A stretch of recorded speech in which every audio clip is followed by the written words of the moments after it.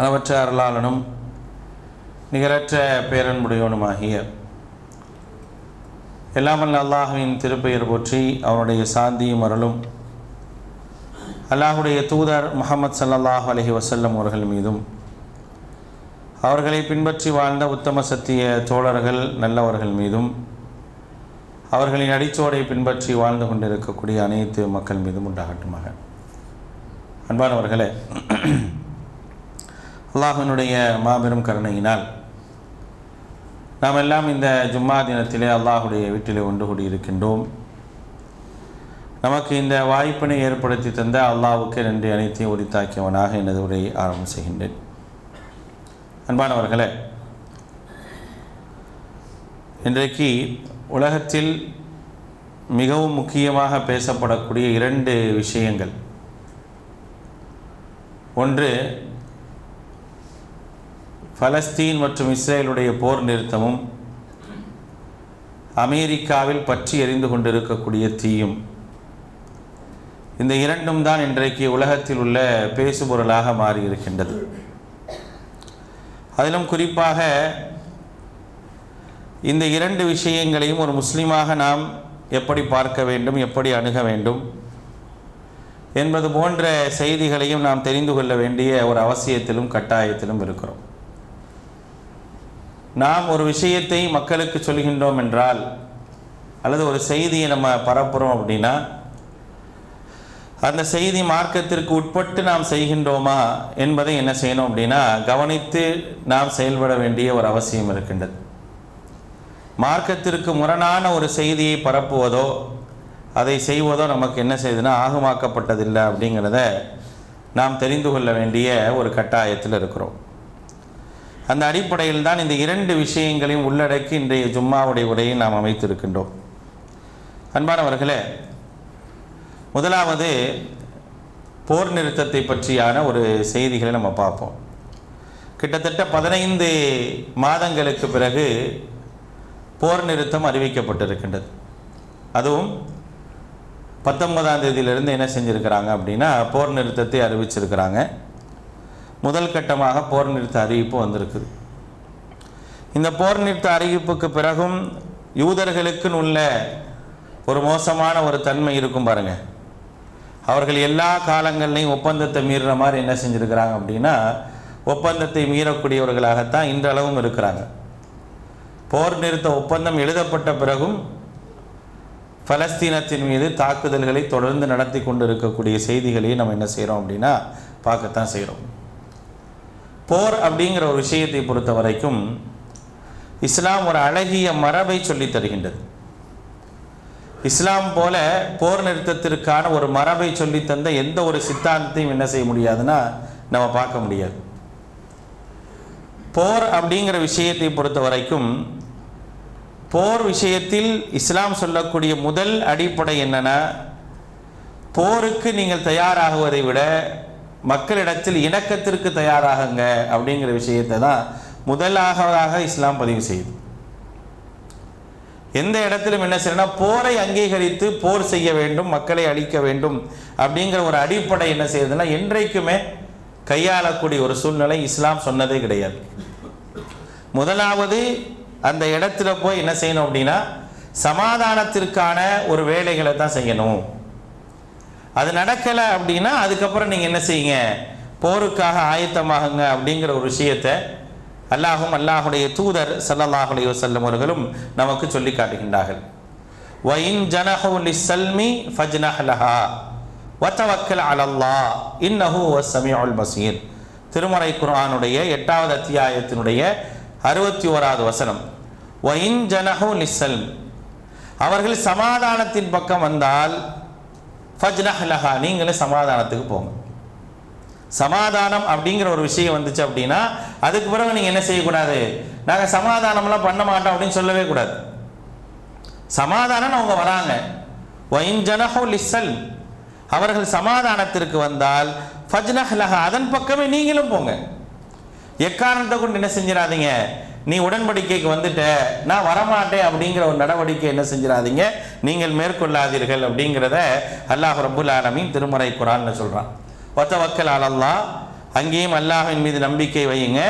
இன்னஹு ஹுவஸ் ஸமீஉல் அலீம், நிச்சயமாக அல்லாஹு தஆலா எல்லாவற்றையும் அறிபவனாகவும் கேட்பவனாகவும் இருக்கிறான் அப்படிங்கிறத திருமறை குர்ஆன் சொல்லி காட்டுகின்றது. ஹைபர் போர் சமயம் நபிகள் நாயகம் ஸல்லல்லாஹு அலைஹி வஸல்லம் அவர்கள் ஹைபர் போர் சமயத்தில் அலி ரலியல்லாஹு அன்ஹு கையில் கொடியை கொடுத்து அனுப்புகிறாங்க. அலி ரலியல்லாஹு அன்ஹு கையில் கொடியை கொடுத்து அனுப்புகிறாங்க. இந்த கொடியை கொண்டுட்டு நீங்கள் போங்க அப்படின்னு சொல்லி என்ன செய்கிறாங்க, அலி ரலியல்லாஹு அன்ஹு அனுப்புகிறாங்க. அனுப்பக்கூடிய நேரத்தில் என்ன சொல்லி அனுப்புகிறாங்க அப்படிங்கிறது ரொம்ப முக்கியமான விஷயம். இன்றைக்கி போர் அப்படிங்கிற ஒரு விஷயத்தை பொறுத்த வரைக்கும் இன்றைக்கு எப்படி உலகத்தில் நடைபெறுது அப்படின்னா, போர் அப்படிங்கிற ஒரு விஷயம் முழுக்க என்னன்னா அநீதத்தின் அடிப்படையில் மட்டுமே என்ன செய்யுது அப்படின்னா போர் நடக்குது. எந்த விதத்திலும் நியாயத்தின் அடிப்படையில் போர் நடந்ததா அப்படின்னா கண்டிப்பாக கிடையாது.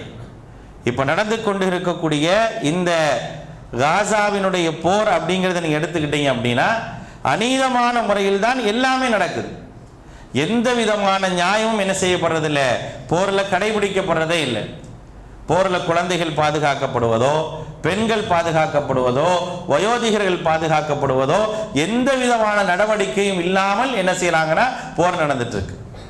நேற்று நடந்த ஒப்பந்தத்திற்கு பிறகு இன்றைக்கு அடுத்து நடந்த அந்த தாக்குதல்களில் பல குழந்தைகள் இறந்திருக்கிறாங்க. பல குழந்தைகள் அதற்கப்புறம் நடந்த தாக்குதலில் மாண்டிருக்கின்றார்கள் என்று சொன்னால் எந்த அளவிற்கு போர் என்பது அநீதமான முறையில் நடைபெறுகின்றது அப்படிங்கிறத நம்ம விளங்கிக்கிறோம். ஆனால் இஸ்லாம் அப்படிங்கிற இந்த கொள்கை நமக்கு சொல்லித்தரக்கூடிய ஒரு அடிப்படை என்ன தெரியுமா, போர் அப்படிங்கிறது உங்கள் மீது திணிக்கப்பட்டதுதாங்கிற அல்லாஹு தஆலா. போர் என்பது உங்கள் மீது கடமையாக்கப்பட்டிருக்கு, ஆனால் அது ஒரு திணிக்கப்பட்டிருக்குது. ஒரு நிர்பந்தம் அப்படின்னு வரும் பொழுது நீங்க போர் செய்து கொள்ளலாம் அப்படிங்கிற அடிப்படையில் திணிக்கப்பட்டதுதான் போர். அதனாலதான் அல்லாஹ் சொல்லும் போது குத்திப அலைக்குமுல் கித்தாலு வஹுவ குருஹுல் லக்கும் அப்படிங்கிறான். குத்திப அலைக்குமுல் கித்தாலு வஹுவ குருஹுல் லக்கும், நீங்கள் வெறுத்தாலும் போர் உங்கள் மீது கடமையாக்கப்பட்டிருக்கு அப்படின்னு என்ன அர்த்தம், போர் உன் மீது திணிக்கப்பட்டிருக்கு. ஒருவேளை உன்னை பாதுகாத்துக் கொள்வதற்கு, உன்னுடைய சமூகத்தை பாதுகாத்துக் கொள்வதற்கு, உன்னுடைய நாட்டை பாதுகாத்துக் கொள்வதற்கு உனக்கு போர் தேவைப்படும் பட்சத்தில் நீ போர் செஞ்சுக்கோ அப்படிங்கிற ஒரு அடிப்படையில் தான் என்ன செய்யறானா அல்லாஹு தஆலா போரை கடமையாக்குறான். ஆனா அந்த போருக்கென்று என்னென்ன நியதிகள் இருக்குதோ எல்லா நியதிகளும் சரியான முறையில் என்ன செய்யணும், அங்கே ஃபாலோ பண்ணப்படணும். அதை மீறி என்ன செய்யக்கூடாது, செய்யவே கூடாது அப்படிங்கிற ஒரு அடிப்படை இருக்கு. ஆனா அதுல எதுவுமே என்ன செய்யப்படலைன்னா இந்த இதுவரைக்கும் நடந்த 15 மாதங்களாக நடந்த அக்டோபர் 7ஆம் தேதி ஆரம்பிச்ச 2023 அக்டோபர் 7ஆம் தேதி ஆரம்பித்த இந்த போரினுடைய இன்றைய முடிவு வரை 15 மாத காலங்கள் நடந்த இந்த போரினுடைய முடிவு வரை அநீதம் தான் உச்சத்தில் இருந்திருக்கு, அக்கிரமம் தான் உச்சத்தில் இருக்கு. ஆதரவு தந்தவர்கள் எல்லாம் அக்கிரமங்களுக்கு ஆதரவு தந்தார்களே தவிர நியாயத்தின் பக்கம் ஆதரவாக இருந்தது என்பது சொற்பத்திலும் சொற்பமாகத்தான் என்ன செய்யலாம் அப்படின்னா நம்ம பார்க்கலாம். அப்ப அதுல ஏதாவது ஒரு நடைமுறை ஃபாலோ பண்ணப்படுமா, ஃபாலோ பண்ணவே படாது. ஆனா இஸ்லாம் சொல்லக்கூடிய அடிப்படை என்ன, போர் அப்படின்னு வந்தா அதற்கென்று ஒரு நியதி இருக்குது. போரிலிருந்து தப்பிப்பதற்கான ஒரு வழிவகையை மார்க்கம் சொல்லி தருகின்றது. யாராவது போர்படை தளபதிகளாக நியமிக்கப்படுகின்றார்கள் என்று சொன்னால் அவரிடத்தில் முதலாவது சொல்லப்படக்கூடிய செய்தி என்னன்னு, போனோன்னு அந்த மக்களை தாக்கிறாதீங்க. போனோன்னு என்ன செய்யக்கூடாது, அந்த மக்களை தாக்கவே கூடாது. இஸ்லாம் சொல்லித்தர மரபு இதுதான். இன்னைக்கு அதெல்லாம் கிடையாது. எந்த விதமான தவறும் அறியாத குற்றம் அறியாத குழந்தைகள் தான் இந்த போரிலே அதிகமாக கொல்லப்பட்டிருக்காங்கன்னு பார்க்கிறோம். அன்றாட செய்திகளும் அன்றாட தகவல்களும் ஒரு நேர சோற்றுக்கு அந்த குழந்தைகள் தாயையும் தந்தையும் இழந்து பெற்றோர்களை இழந்து இருப்பதற்கு இடமில்லாமல் நின்று அவர்கள் உணவுக்காக அழுது கொண்டிருக்கக்கூடிய ஒரு மோசமான ஒரு நிலையை கண்கூடாக உலகம் பார்த்தது. அப்படி கண்கூடாக பார்த்தும் பல இடங்களில் இரக்கமற்ற ஒரு நிலை தான் என்ன செஞ்சு அப்படின்னா இருந்தது என்பதை நாம் புரிந்து கொள்ளலாம். இரக்கமற்ற ஒரு சூழல் தான் பல நிலைகளிலும் இருந்தது. போர் என்று சொன்னால் இது போன்ற நிகழ்வுகள் எல்லாம் இருக்கும் என்று கடந்து செல்லக்கூடிய ஒரு சூழலை உருவாக்குவதற்காக முயற்சிகள் மேற்கொள்ளப்பட்டன.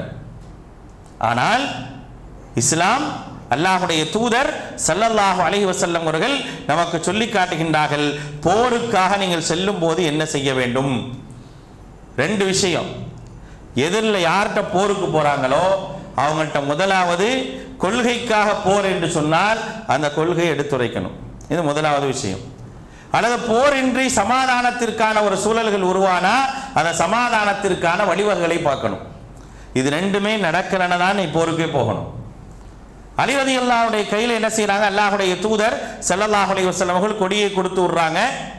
கொடியை கொடுத்து விட்டுட்டு சொல்றாங்க, முதல்ல நீங்க அங்கே போய் என்ன செய்யணும் தெரியுமா? போருக்காக நீங்க போறீங்க.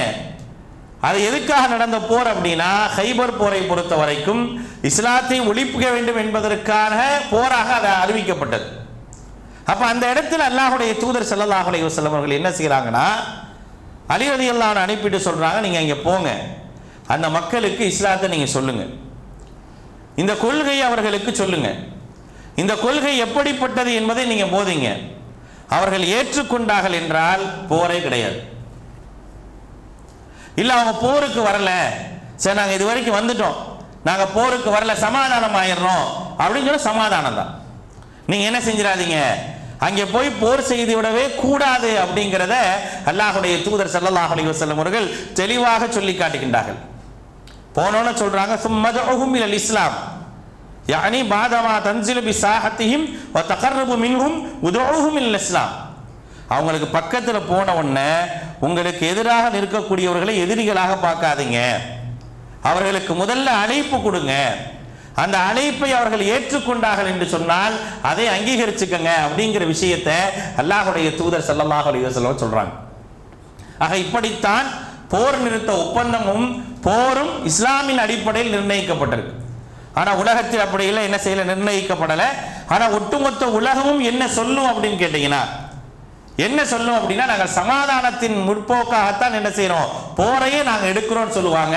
அது முற்றிலும் பொய்யானது அப்படிங்கிறத நம்ம தெரிஞ்சுக்கணும். சரி, அடுத்த விஷயத்துக்கு வருவோம். இரண்டாவதாக, இன்றைக்கு போர் நிறுத்த ஒப்பந்தம் ஏற்பட்டிருக்கு. அதுக்கான காரணம் என்ன அப்படிங்கிறப்ப பலரும் பலவிதமான தகவல்களை சொல்வதை நம்ம பார்க்கிறோம். குறிப்பாக இன்றைக்கு அமெரிக்காவில் எரிந்து கொண்டிருக்கக்கூடிய தீ, மிகப்பெரிய ஒரு தீ விபத்து என்ன செய்ததுன்னா ஏற்பட்டு, இயற்கை சீற்றம் ஏற்பட்டு இன்று வரை அதை முழுமையாக அழிக்க முடியாத, அந்த தீயை நிறுத்த முடியாத ஒரு சூழ்நிலையில் இருக்கிறாங்க. நேற்று வரை எதான் நிலைமை, இன்றைக்கு எரிந்து கொண்டு தான் இருக்குது.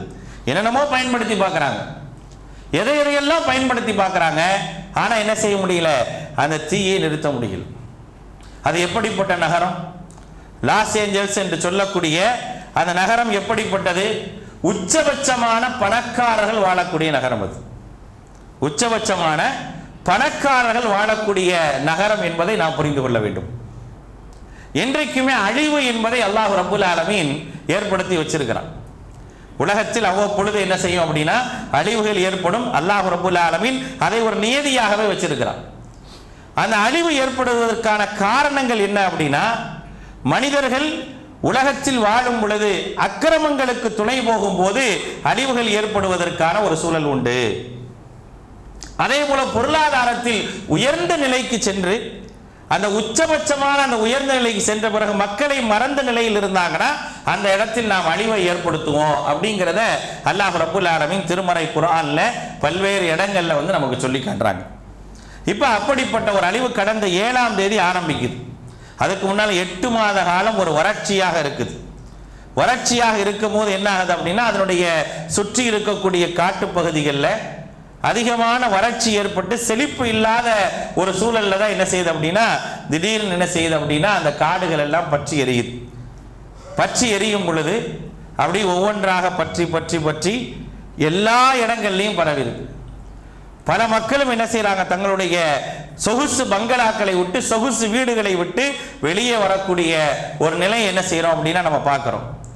சில நேரங்கள் நம்ம பார்க்கறதுக்கே கவலைக்குரிய விஷயமாக இருந்தது என்ன அப்படின்னா, எத்தனையோ ஜீவராசிகள், எத்தனையோ வாயில்லாத ஜீவராசிகள் எல்லாம் அந்த தீ விபத்திலிருந்து வெளியே வர தெரியாமல் மாண்டு கிடக்கக்கூடிய அல்லது அப்படியே செய்வதறியாது திகைத்திருக்கக்கூடிய ஒரு சூழல்களை எல்லாம் என்ன செய்யறோம், பார்க்கிறோம். உலகம் பார்த்து கண்ணீர் வடித்தது. உலகம் பார்த்து கண்ணீர் வடித்தது. இது ஆச்சரியம் என்ன தெரியுமா, உலகத்தில் இருக்கக்கூடிய பார்வை என்பது மிக மிக வித்தியாசமானது. என்ன ஆச்சரியம் அப்படின்னா, மிருகங்களை பார்த்து கண்ணீர் வடித்தவர்கள் ஒரு சொட்டு கூட குழந்தைகளை பார்த்து கண்ணீர் வடிக்கல. அது ரொம்ப ஆச்சரியமான விஷயம். எப்படி இந்த உலகம் இருக்கு பாருங்க. உலகம் எப்படி இருக்கு அப்படின்னா, அந்த கரடிகளை பார்க்குறாங்க. அந்த கரடிகள் அதில் அப்படி உட்காந்து வெளியே வர தெரியாமல் அப்படியே அந்த தீயில் அப்படி பிரமிச்சு உட்கார்ந்து இருக்குது. அந்த கரடி குட்டிகள் என்ன செய்யுது, அப்படியே எரிந்து கொண்டு இருக்குது. இதையெல்லாம் பார்க்கும்போது உலகமே கண்ணீர் வடிக்குது. ஆஹா, இப்படியெல்லாம் எரிந்து கொண்டு இருக்கின்றது அப்படிங்கிற அந்த கண்ணீர் அங்கே வடிந்து கொண்டிருப்பதை நம்ம பார்க்குறோம். ஆனால் அதே கண்ணீர் ஏன் ஒரு குறிப்பிட்ட ஒரு நாடு நாசமாக்கப்படும் போது, ஒரு நாள் 2 நாள் அல்ல, 15 மாதங்களாக நாசமாக்கப்படும் போது ஏன் வரல அப்படிங்கிற ஒரு கேள்விக்கு பதில் இருக்கான கண்டிப்பா இல்லை. அப்ப எப்படி இருக்கிறாங்க பாருங்க, மனிதர்களுடைய மனநிலை எப்படி இருக்குன்னு பாருங்க. உலகம் எந்த அளவுக்கு மனிதர்களை கொண்டு போகுது அப்படின்னா, மிருகங்களின் மீது இறக்கப்படக்கூடிய ஒரு சூழல் கூட மனிதர்கள் மீது இல்லாத அளவுக்கான ஒரு நிலை உருவாக்கப்பட்டிருக்கு. ஆனால் இதையும் இஸ்லாம் அப்படி பார்க்க சொல்லல. அல்லாஹ்வுடைய தூதர் ஸல்லல்லாஹு அலைஹி வஸல்லம் சொல்றாங்க, இர்ஹமு மன் ஃபில் அர்த் யர்ஹமுக்கும் மன் ஃபிஸ் ஸமா அப்படிங்க. நீங்கள் பூமியில் உள்ளவர்கள் மீது இரக்கம் காட்டுங்கள், வானத்தில் உள்ளவன் உங்கள் மீது இரக்கம் காட்டுவான். இதுதான் இஸ்லாம் சொல்லி தரக்கூடிய அடிப்படை விஷயம். இர்ஹமு மன் ஃபில் அர்த், பூமியில யார் இருக்கிறாங்க அவங்க மேல இறக்கப்படுங்க. இர்ஹமுக்கும் மன் ஃபிஸ் ஸமா, வானத்தில் உள்ளவன் உங்கள் மீது இரக்கம் படுவான். வல்லா இர்ஹமுன் நாஸ் லா இர்ஹமுல்லாஹ், மனிதர்கள் மீது இரக்கம் காட்டாதவர்களுக்கு அல்லாஹ் இரக்கம் காட்ட மாட்டான் அப்படிங்கிற விஷயத்தை எல்லாம் அல்லாஹ்வுடைய தூதர் ஸல்லல்லாஹு அலைஹி வஸல்லம் சொல்லி தராங்க. ஆனால் இன்றைக்கு உலகம் ஒரு சாராரின் மீது கருணை காட்டுது, ஒரு சாராரின் மீது கருணை காட்டவில்லை. அப்படிங்கிறப்ப என்ன ஆகும் அப்படின்னா, ஒரு படிப்பினைக்காக அல்லாஹ் ரப்புல் ஆலமீன் இது போன்ற காரியங்களை எல்லாம் நிகழ்த்தி காட்டுவான். நல்லா விளங்கிக்கணும், இதை அந்த அடிப்படையிலும் நாம் பார்க்க வேண்டும். இப்போ ஒரு இடம், ஒரு நாடு, ஒரு மிகப்பெரிய ஜனத்தொகையை கொண்ட ஒரு மக்கள் வசிக்கக்கூடிய ஒரு நாடு திட்டமிட்ட ஒரு சதியால் என்ன செய்து எரிக்கப்படுது, குண்டு வைத்து தகர்க்கப்படுது, பல போர் சூழல்கள் உருவாக்கப்பட்டு அவர்கள் அழிக்கப்படுறாங்க. அதே நேரத்தில் உச்சபட்சமான வல்லமை மிக்க ஒரு நாட்டிலே உச்சபட்சமான மக்கள் வாழ்வதற்காக உருவாக்கப்பட்ட நகரம் இயற்கை சீற்றத்தால் அல்லாஹ்வுடைய நாட்டத்தால் அழிக்கப்படுது. ஒரு சில நாட்களிலே அந்த இடமே தீக்கரையாக்கப்படுது. அப்ப தீக்கரையாக்கும் போது இரண்டையும் நாம் என்ன செய்யணும் அப்படின்னா, ஒன்றாக பார்க்க வேண்டிய ஒரு அவசியம் இருக்கு. ரெண்டும் எரியுது. அப்ப என்னை ஒரு முஸ்லீமை பொறுத்தவரைக்கும் என்ன செய்யணும்னா, இந்த சந்தர்ப்பத்தில் கூட நமக்கு சொல்லி தரப்பட்ட விஷயம் என்ன, ஒன்றை நினைத்து மகிழ்ச்சி கொள்வதற்கான எந்த ஒரு அடிப்படையும் சொல்லித்தரவே இல்லை. முதல்ல நம்ம விளங்கணும். இப்போ அமெரிக்கா ஃபுல்லா எரிஞ்சிட்டு இருக்கு அப்படிங்கிறனால அவர்கள் எரிந்து கொண்டு இருக்கிறாங்க, அதனால் அதை நினைத்து நாம் மகிழ்ச்சி கொள்வோம். இறை மறுப்பாளர்கள் எல்லாம் அழிக்கப்படும் பொழுது மகிழ்ச்சி கொள்வதிலே தப்பில்லை, அவர்களுக்கு இன்னும் அல்லாஹ்வுடைய தண்டனை அதிகமாவதற்காக நாம் பிரார்த்தனை செய்யலாம் அப்படின்னு என்ன செய்ய முடியாதுன்னா, நாம் அதை பிரச்சாரமாக செய்ய முடியாது. ஏன்னா அது நமக்கு கற்றுத்தரப்படலை. ஏன்னா இது நேரடியான எதிரிகள் மீது நடத்தக்கூடிய தாக்குதல் அல்ல. இது முதல்ல அதை விளங்கிக்கணும். ஏதோ இது எதிரிகள் மீது மட்டுமே நடத்தப்படக்கூடிய தாக்குதல் அப்படின்றத பார்க்க முடியாது. இது ஒரு சோதனை. இந்த சோதனையில இருசாராரும் பாதிக்கப்படுவாங்க. அல்லாஹ்வுடைய எதிரிகளும் பாதிக்கப்படுவாங்க, நல்ல மக்களும் பாதிக்கப்படுவாங்க, முஸ்லிம்களும் பாதிக்கப்படுவாங்க, எல்லாரும் பாதிக்கப்படுவாங்க. இதை நான் எப்படி எடுத்துக்கொள்வது? ஒரு சோதனையாக, ஒரு தண்டனையாக, இரண்டு விதமாக எடுத்துக்கொள்ள வேண்டுமே தவிர அதை நினைத்து சந்தோஷப்படுவதும் மகிழ்ச்சி கொள்வதும் மகிழ்ச்சியை மக்களுக்கு பகிர்வதும் என்பது சரியான முறை இல்லை. இதுல அல்லாஹு தாலா என்ன படிப்பினை வச்சிருக்கிறான்? இப்படி ஒரு நெருப்பை அல்லாஹு தாலா காட்டுறானே, இந்த நெருப்பு என்பது எதனால் எரியூட்டப்படுகின்றது அப்படிங்கிற விஷயத்தை பார்க்கணும். முதலாவது அல்லாஹ் ரப்புல் ஆலமீன் சொல்றான், அழிவுக்கான காரணங்கள், நான் ஏன் ஒரு ஊர்ல அழிவை ஏற்படுத்தினேன் அப்படிங்கிறதுக்கான காரணத்தை அல்லாஹ் ரப்புல் ஆலமீன் சொல்றான். திருமறை குர்ஆனுடைய 28வது அத்தியாயத்தினுடைய 58வது வசனத்தில் சொல்றான், வலக்கத் அஹ்லக்னா மின் கரியத்தின் பத்திரத் மஈஷத்தஹா ஃபதில்க மசாகினுஹும் அப்படிங்கிறான். தங்களுடைய வாழ்க்கையில் வசதி வாய்ப்பின் காரணமாக, மனுஷனுக்கு அல்லாஹ் தஆலா வசதி வாய்ப்பை தரான். வசதி வாய்ப்பை தந்தா அந்த வசதி வாய்ப்பை தந்து அழிச்சாட்டியம் என்ன செய்யக்கூடாது. அழிச்சாட்டியம் எவர்கள் செய்கின்றார்களோ அவர்களை நம்ம என்ன செய்வோம் அப்படின்னா அடிப்போம் அப்படிங்கிறது என்ன செய்யறானா அல்லாஹ் ரப்புல் ஆலமீன் சொல்ல. ஒருவேளை அப்படி இருந்திருந்தால் அதற்காக என்ன செஞ்சிருக்கிறான் அல்லாஹ் ரப்புல் ஆலமீன் அழித்திருக்கலாம் அப்படிங்கிறத நம்ம புரிஞ்சுக்கணும். இரண்டாவதாக அல்லாஹ் ரப்புல் ஆலமீன் சொல்றான், வசதி வாய்ப்புகள் எங்க அதிகமாக தரப்படுதோ அது அழிவுக்கான இடம்ன்றதை நீங்க புரிஞ்சுக்கங்க. அழிவுக்கான இந்த சூழல் எப்போ உருவாகும் அப்படின்னா, வசதி எங்க உச்சபட்சமாக தரப்படுதோ அங்கே அழிவை ஏற்படுத்துவது என்பது அல்லாஹ்வுடைய நியதி. ஏன்னா வசதி வாய்ப்புகள் அதிகமாக முதல்ல என்ன செய்வாங்க அப்படின்னா அல்லாஹ்வை மறந்து அக்கிரமங்களின் பக்கம் மக்களுடைய சிந்தனை செல்லும் போது அல்லாஹ் ரப்புல் ஆலமீன் என்ன செய்வான் அப்படின்னா அங்கே அழிவை ஏற்படுத்துவான். திருமறை குர்ஆன்ல அல்லாஹ் ரப்புல் ஆலமீன் 6வது அத்தியாயத்தினுடைய 6வது வசனத்தில் அல்லாஹ் சொல்லி காட்டுகின்றான். அலம் யரவுகம் அஹ்லக்னா மின் கப்லிஹிம் மின் கர்னி மக்கன்னாஹும் ஃபில் அர்தி மாலம் நுமக்கில்லகும். அப்ப இன்னைக்கு இந்த லாஸ் ஏஞ்சல்ஸ் அப்படிங்கிற அந்த ஊர் இருக்கா இல்லையா, அது உலகத்திலேயே உச்சபட்சமான வசதியானவர்கள் வாழக்கூடிய இடம். எந்த அளவுக்கு அப்படின்னா இன்னைக்கு கூட நிறைய பேர் என்ன செய்யறாங்க அப்படின்னா தீ பற்றி வரும் பொழுது அவர்களுடைய வீடுகளுக்கு கூட பிரத்யேகமான தீயணைப்பு வீரர்களை தயார் செஞ்சு வச்சிருக்கிறாங்க. பிரத்யேகமாக வீட்டை பாதுகாக்கிறதுக்கு. தீ வந்துச்சு அப்படின்னா தன்னுடைய வீடு தன்னுடைய பகுதி எரியாமல் இருக்கிறதுக்கு தனித்தனியாக தீயணைப்பு வீரர்களை ஏற்படுத்தி வச்சிருக்கிறாங்க. அப்போ எந்த அளவுக்கு அவங்க ரொம்ப வசதி வாய்ப்பாக இருப்பாங்கன்னு பாருங்க. அப்போ அல்லாஹ் சொல்றான், இது இன்னைக்கு புதுசு இல்லை, முந்தைய சமூகத்தில் இப்படி வாழ்ந்திருக்கிறாங்க. முந்தைய சமூக மக்களும் என்ன செஞ்சிருக்கிறாங்க, இப்படி வாழ்ந்திருக்கிறாங்க. அப்ப அவங்க என்ன செஞ்சிருக்கிறாங்க அப்படின்னா எப்படி அவர்களுக்கு தரப்பட்டிருக்கு அப்படின்னா அவலம் யரவுகம் அஹ்லக்னா மின் கப்லிஹிம், உங்களுக்கு முன்னால் உள்ள எத்தனையோ ஊர்கள் அழிக்கப்பட்டிருக்கின்றது. மக்கன்னாஹும் ஃபில் அர்தி மாலம் நுமக்கில்லகும், உங்களுக்கு செய்து தராத வசதிகளை எல்லாம் அவங்களுக்கு செய்து கொடுத்தோம். உங்களுக்கு செய்து தராத வசதிகளை எல்லாம் அவங்களுக்கு செய்து கொடுத்தோம். அப்படி செய்து கொடுக்கும் பொழுது அவர்கள் ஒரு மனித ரீதியாக அவங்கள்ட்ட இருக்க வேண்டிய எந்த ஒரு பண்பும் இல்லாத போது என்ன செய்வோம் அப்படின்னா அவர்களை நாம் அழிப்போம் அப்படிங்கிறது என்ன செய்யறானா அல்லாஹ் ரப்புல் ஆலமீன் சொல்லி காட்டுகின்றார். சரி, இந்த அழிவு வருது, அழிவு வரும்போது நல்லவங்களை தானே பாதிக்கப்படுறாங்க, யாரோ சிலருக்காக நல்லவர்களும் பாதிக்கப்படுகின்றார்களே, இரக்கமுள்ள கருணை உள்ள மனிதர்களும் பாதிக்கப்படுறாங்களே அப்படின்னா அழிவுக்குன்ற அல்லாஹ்வுடைய நியதி இப்படிதான், இதெல்லாம் மாற்றவெல்லாம் முடியாது. அழிவுக்கென்று அல்லாஹ் ஒரு நியதியை வச்சிருக்கிறான். அந்த நியதி என்ன செய்ய முடியாது, மாற்றியெல்லாம் பார்க்க முடியாது. என்ன நியதி, வத்தகு ஃபித்னத்தல் லா துஸீபன்னல் லதீன ஸலமு மின்கும் ஹாஸா அப்படிங்கிற அல்லாஹ் தஆலா. அழிவு ஏற்படும் போது கெட்டவங்களை மட்டும் தான் அழிக்கணுன்ற நியதி எல்லாம் கிடையாதுங்க. நல்லவர்களும் சேர்ந்தா அழிவாங்க. தீயவர்களை மட்டும்தான் அதை பாதிக்கும் நினைச்சீங்கன்னா உங்களுடைய அறியாமை அது நல்லவர்களை சேர்ந்து தான் என்ன செய்யும் அப்படின்னா பாதிக்கும். அப்படிங்கிறத என்ன செய்யுங்க, நீங்கள் புரிந்து கொள்ளுங்கள் அப்படிங்கிறத என்ன செய்யறானா அல்லாஹ் ரப்புல் ஆலமீன் சொல்லி காட்டுகின்றார். ஆக இது எச்சரிக்கைக்காக ஏற்படுத்தக்கூடிய ஒரு அழிவாக என்ன செய்யலாம் பார்க்கலாம். ஒருவேளை இந்த அழிவு கூட இந்த போருக்கான ஒரு சமாதான ஒப்பந்தத்திற்கு காரணமாக கூட இருக்கலாம். ஒரு யூகமா நம்ம அப்படி நினைக்கலாமே தவிர அதுதான் காரணம் என்ன செய்ய முடியாது, நம்ம சொல்ல முடியாது. ஒரு நாளிலேயே இப்படிப்பட்ட ஒரு சில நாட்களிலேயே வாரங்களிலேயே இவ்வளவு பெரிய ஒரு அழிவை ஏற்பட்டிருக்கு. அப்ப எப்படிப்பட்ட ஒரு அழிவை நோக்கி ஒரு சமூகம் இருந்திருக்கு அப்படிங்கிற ஒரு சிந்தனை கூட என்ன செய்யலாம் அப்படின்னா போர் நிறுத்த ஒப்பந்தத்துக்கு என்ன செய்யலாம் அப்படின்னா காரணமாக கூட அமையலாம். ஆனா எதுவாக இருந்தாலும் இது அல்லாஹ்வுடைய சோதனை என்ற ரீதியில பார்க்கணுமே தவிர இதை தாண்டி நாம் அதை சபிப்பதற்கான ஒரு சூழலாக நாம் உருவாக்கி கூடாது.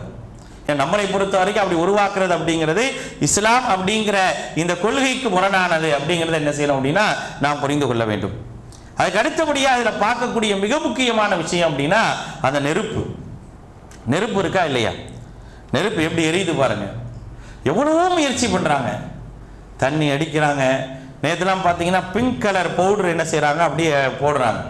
அந்த பவுடர் என்ன செய்யும் அப்படின்னா எவ்வளோ பெரிய நெருப்பாக இருந்தாலும் அணைச்சிரும் அப்படின்னு சொல்லி போடுறாங்க. ஆனால் என்ன செய்யலை, அணைக்கப்படவே இல்லை. அதுக்கான காரணம் என்ன தெரியுமா, அவங்க சொல்லக்கூடிய மிக முக்கியமான காரணம் காற்று தான் மிக முக்கியமான காரணம். அந்த காற்று என்னைக்கு குறையுதோ அன்னைக்கு தான் அந்த தீயை என்ன செய்யும், அணைக்கப்படும் அப்படிங்கிறாங்க. அதனால தான் பாருங்க, காற்று அப்படிங்கிற ஒரு விஷயத்தை வரும்போது அல்லாஹ் ரப்புல் ஆலமீன் காற்றுக்காக பிரார்த்தனை செய்ய சொல்றோம். காற்று அடிச்சா பிரார்த்தனை செய்ய சொல்றோம். நபிகள் நாயகம் ஸல்லல்லாஹு அலைஹி வஸல்லம் அவர்கள் காற்று வரும்போதெல்லாம் என்ன செய்வாங்க அப்படின்னா பிரார்த்தனை செய்வாங்க. அல்லாஹும்ம இன்னி அஸ்அலுக கைரஹா வ கைர மா ஃபீஹா வ கைர மா உர்சிலத் பிஹி வ அஊது பிக மின் ஷர்ரிஹா வ ஷர்ரி மா ஃபீஹா வ ஷர்ரி மா உர்சிலத் பிஹி. காற்றுங்கிறது சாதாரணமானதல்ல. காற்றுதான் ஆது சமூகத்தை அழித்தது. காற்றுதான் பல அழிவுக்கும் காரணமாக இருந்தது.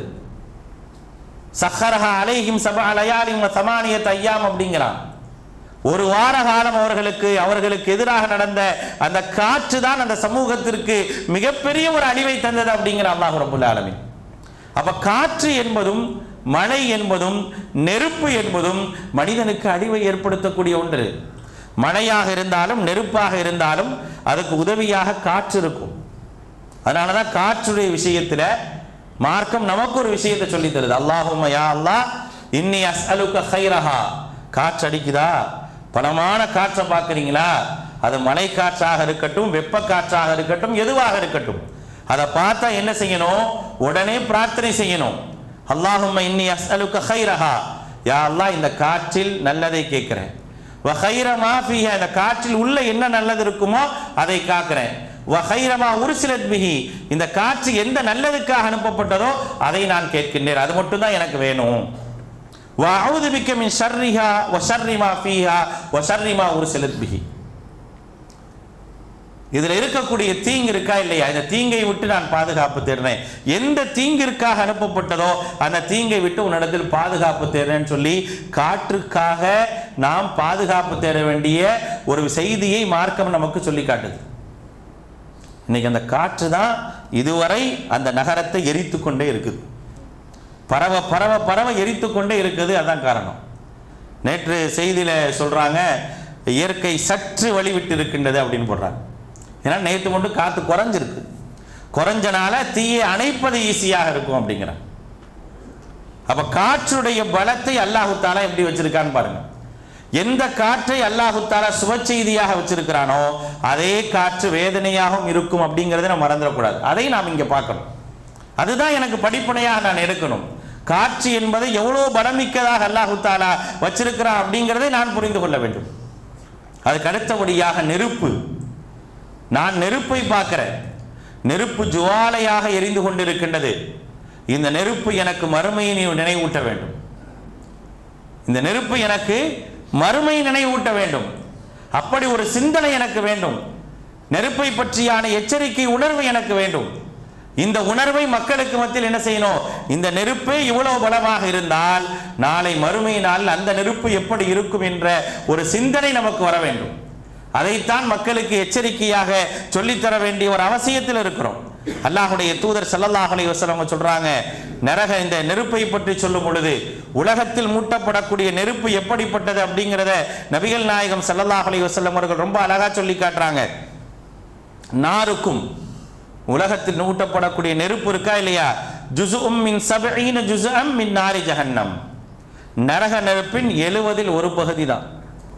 ஒட்டுமொத்தமாக நம்ம மூட்டக்கூடிய நெருப்பு இருக்கா இல்லையா, ஒட்டுமொத்தமாக நாம் மூட்டக்கூடிய நெருப்பே அது எவ்வளவு அப்படின்னா நரகத்தினுடைய 70 ஒரு பங்கு தான். அந்த 70 ஒரு பங்கே இப்படி இருந்துச்சு அப்படின்னா அந்த 70 சேர்ந்தா எப்படி இருக்கும் யோசிச்சு பாருங்க. 70 ஒன்று தாங்க, ஒண்ணுமே இல்லாம போச்சு. அப்படி நீங்க இந்த பார்க்கலாம், அந்த புகைப்படங்களை எல்லாம் அப்படி கொண்டு வரோம். 2024 2025 ஜனவரி 6ஆம் தேதி அந்த நகரம் எப்படி இருக்குது, 7ஆம் தேதிக்கு பிறகு 2025 7ஆம் தேதிக்கு பிறகு இன்று வரை அந்த நகரம் எப்படி இருக்குன்னு காட்டுறான். அந்த நெருப்பு ஜுவாலைகள் எப்படி அதை ஒன்றும் இல்லாமல் கருக்கி ஒன்றும் இல்லாமல் ஆக்கிவிட்டது. கொஞ்சம் யோசிச்சு பாருங்க.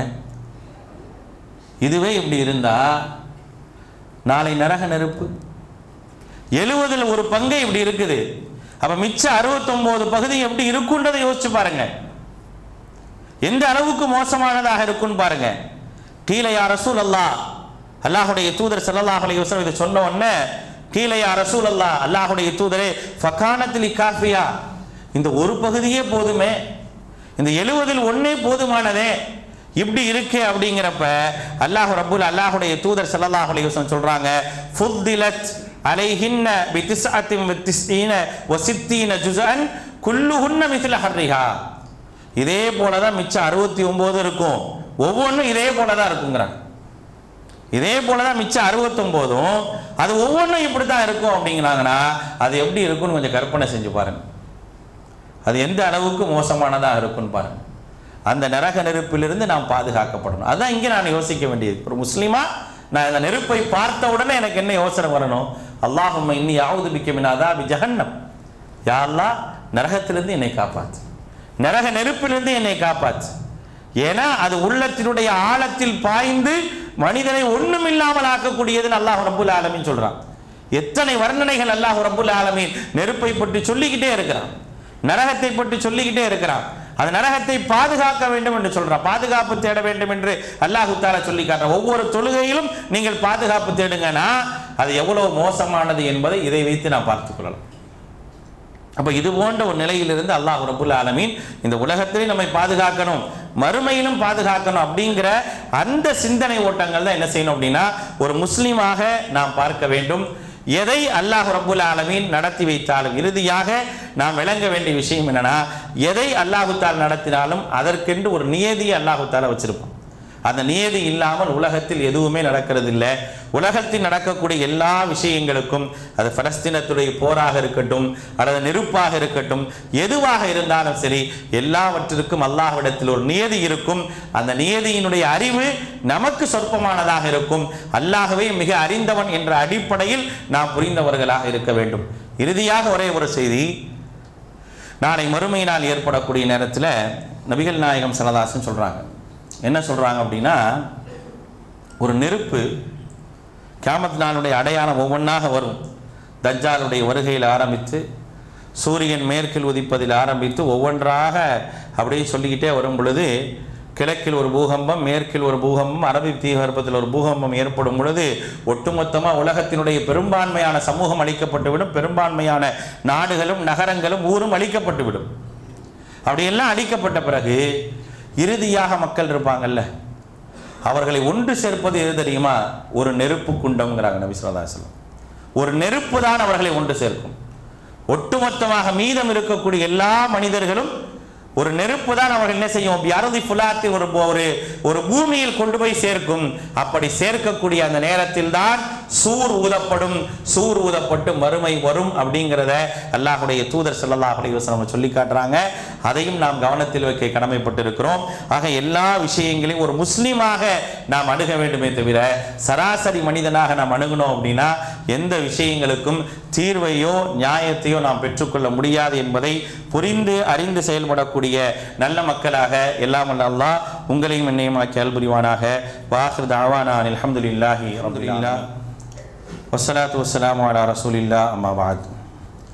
அன்பான சகோதரர்களே, அல்லாஹ் ரப்புல் ஆலமீன் திருமறை குர்ஆன்ல சொல்லி காட்டுறான், வஇ யம்சஸ்கல்லாஹு பிதுர்ரின் ஃபலா காஷிஃப லஹு இல்லாஹு. அல்லாஹ் ரப்புல் ஆலமீன் உங்களுக்கு ஒரு தீங்கை நாடிட்டான்னு வச்சுங்க, ஒரு தீங்கு உங்களை தொட வேண்டும் என்று நாடிவிட்டால் அந்த தீங்கிலிருந்து தடுப்பதற்கான வழியும் அல்லாஹ்விடத்தில் தவிர யார்கிட்டையுமே இல்லை. இதை நீங்கள் புரிஞ்சுக்கணும், இதை நம்ம புரியணும். ஒரு தீங்கை அல்லாஹ் தஆலா ஒரு தனி மனிதனுக்கோ ஒரு சமூகத்திற்கோ ஒரு ஊருக்கோ ஒரு நாட்டுக்கோ ஏதாவது ஒன்று ஏற்படுத்துகிறான். அப்படி ஏற்படுத்துகிறான் அப்படின்னா அந்த தீங்கிலிருந்து காப்பாற்றுவதும் அவனால் மட்டுமே முடியுமே தவிர வேறு யாருனாலே முடியாது. இதுதான் அல்லாஹ்வினுடைய வல்லமையை புரிந்து கொள்ளக்கூடிய ஒரு நிலை. பாருங்க, ஒட்டுமொத்த உலகத்திற்குமே தன்னால் எதை வேண்டுமானாலும் கொடுக்க முடியும், எதை வேண்டுமானாலும் சாதிக்க முடியும் சொல்லக்கூடிய ஒரு நாடால், ஒரு மிகப்பெரிய ஒரு சர்வாதிகார நாடால், அந்த நாட்டிலே எரிந்து கொண்டிருக்கக்கூடிய ஒரு பகுதியை கூட என்ன செய்ய முடியல, அவர்களால் அதை தடுக்க முடியவில்லை என்று சொன்னால் அவர்களுக்கு எவ்வளோ வல்லமை இருக்குது. உலகத்தை அழிக்கிறதுக்கு எல்லாத்துக்கும் அணு ஆயுதத்தை கொடுக்குறான். உலகத்தை அழிக்கிறதுக்கு எல்லாத்துக்கும் அணு ஆயுதத்தை தரான். நீ உலகத்தை அழிச்சிரு. ஒவ்வொரு இடங்கள்லையும் போர்கள் நடக்குது அப்படின்னா அந்த போர்களுக்கு பின்னால் உள்ள நிலை என்ன? ஒவ்வொரு போருக்கு பின்னாலும் என்ன செய்யுது அப்படின்னா மிகப்பெரிய ஒரு வியாபாரம் இருக்குது, ஆயுத வியாபாரம். அது எந்த போராக இருந்தாலும் சரி, அது இஸ்ரேல் பலஸ்தீன் போராக இருக்கட்டும், ரஷ்யா உக்ரைன் போராக இருக்கட்டும், எந்தெந்த போர்கள் எந்தெந்த நாடுகள் நடக்குதாலும் சரி, அதுக்கு பின்னால மிகப்பெரிய ஒரு ஆயுத வியாபாரம் இருக்குது. அந்த ஆயுத வியாபாரத்தில் மிக முக்கியமான பங்கு யாருக்கு இருக்கு? அமெரிக்காவுக்கு இருக்கு. அவன் தான் அதில் மிக முக்கியமான பங்கு வகிக்கிறான். ஆனால் அவனால் என்ன செய்ய முடிஞ்சுச்சு? அழிக்கிறதுக்கு 1000 திட்டம் போட்டையில உன்னுடைய ஊர் அழிந்து கொண்டு இருக்கு, அதை காக்கிறதுக்கு உன்னால் என்ன முடிஞ்சு? அப்போ எந்த வல்லமையும் இல்லை, எந்த ஆற்றலும் இல்லை. ஆற்றல் என்பது மேலே உள்ள ஒருவனை தவிர வேறு யாரிடத்திலும் இல்லை என்பதையும் நாம் புரிந்து கொள்ள வேண்டும். அதெல்லாம் அல்லாஹ் நமக்கு படிப்பினையாக சொல்லித்தரான். இதெல்லாம் படிப்பினைகள். ஒவ்வொரு விஷயத்தையும் ஒரு முஸ்லீம் எப்படி அணுகணும்னு இருக்குது. அவசரப்பட்டு நாம் ஏதாவது என்ன செய்யக்கூடாது, நம்ம ஒன்று சொல்லிட்டு போயிடவே கூடாது. ஒரு பதிவில் என்ன இருக்குது அப்படின்னா, ஏதோ ஒரு அறிஞர் எதுக்கோ சொன்ன பதிவை வைத்து என்ன செய்கிறாங்க அப்படின்னா இந்த பதிவோடு சேர்த்து போடுறாங்க. ஒரு அறிஞர் சொல்லி இருக்கிறாரு, இது போன்று எரியும் போது நன்றாக எரிய வேண்டும் என்று நீங்கள் பிரார்த்தனை செய்யுங்க அப்படின்னு சொல்லி என்ன செய்கிறாங்க, ஒரு பதிவு போட்டிருக்கிறாங்க. இது என்ன ஆகும் சொல்லுங்க, என்ன நிலை உருவாக்கும்? அப்போ ஒரு வெறுப்பினுடைய உச்சத்தில் தான் இஸ்லாமியர்கள் இருக்கிறாங்க அப்படிங்கிற ஒரு சிந்தனை தான் வரும். அதை என்னைக்காவது இஸ்லாம் அதை ஏற்றிருக்குதா, என்னைக்காவது அங்கீகரிக்குதா அப்படின்னா கிடையாது. ஆக எந்த இருக்கோ அதைத்தான் நாம் பேசணுமே தவிர அதை தாண்டி யோசிப்பதற்கோ அதை தாண்டி சிந்திப்பதற்கோ மார்க்கம் நமக்கு அனுமதி தரல என்பதை நாம் என்ன செய்யணும், புரிந்து கொள்ளணும். அல்லாஹுடைய வல்லமை என்பது எவ்வளவு பெருசு, எவ்வளவு உச்சபட்சமானது என்பதை இதை வைத்து நாம் என்ன செய்ய தெரிந்து கொள்ளலாம். அப்படிப்பட்ட வல்லமை மிக்கவனைத்தான் நாம் ஏற்றிருக்கிறோம், அவனை சார்ந்திருக்கிறோம். அவன் மட்டுமே நமக்கு உதவி செய்யக்கூடியவன், அவனை தவிர உதவி செய்யக்கூடியவன் யாருமே இல்லை அப்படிங்கிற ஒரு ஈமானிய உணர்வோடு வாழ்வதற்கான ஒரு சூழலைத்தான் இந்த நிகழ்வு நமக்கு சொல்லித் தருகின்றது என்பதை புரிந்து செயல்படக்கூடிய நல்ல மக்களாக அல்லாஹ் ரப்புல் ஆலமீன் உங்களையும் என்னையும் ஆக்கல் புரிவானாக.